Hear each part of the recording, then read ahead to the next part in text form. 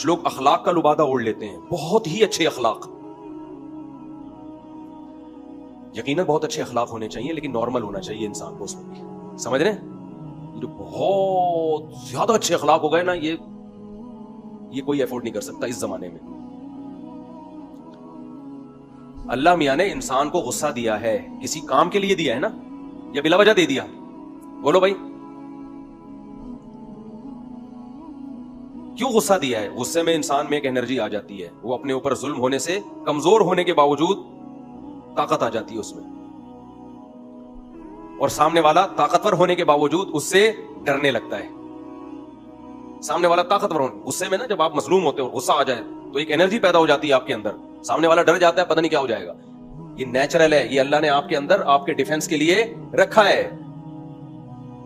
بعض حضرات اتنا اخلاق پہ بیان کرتے ہیں، اتنا زیادہ بیان کرتے ہیں کہ پریکٹیکل لائف میں اس اخلاق کو افورڈ کرنا ممکن نہیں ہوتا۔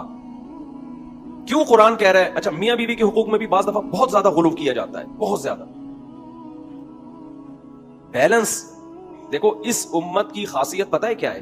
وَكَذَلِكَ جَعَلْنَاكُمْ أُمَّةً وَسَطًا، اللہ کہتے ہیں ہم نے تم کو بیلنس امت بنایا ہے، اعتدال، نہ ایسے اخلاق کے عیسائیوں کی طرح کہ ایک تھپڑ مارو تو دوسرا گال آگے کر دو۔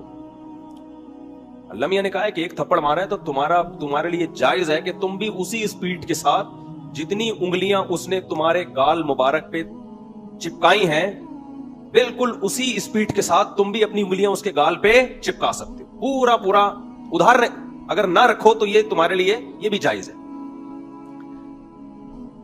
اب اس میں اس کا نہیں ہے کہ وہ اس کے دل پہ کیا گزرے گی، وہ کافر نہ ہو جائے، وہ اس کا ہیڈ ایک ہے، کیوں ہو رہا ہے بھائی؟ تو حضرت عمر رضی اللہ تعالیٰ عنہ نے ایک بہت بڑا بادشاہ تھا، پتہ نہیں کون تھا، کسی کنٹری کا نام میرے ذہن سے نکل گیا، اس نے کسی ادنا سے صحابی کے ساتھ کوئی زیادتی کر لی، حضرت عمر نے فرمایا قصاص لیں گے تم سے، بدلہ ہے بھائی اس کا۔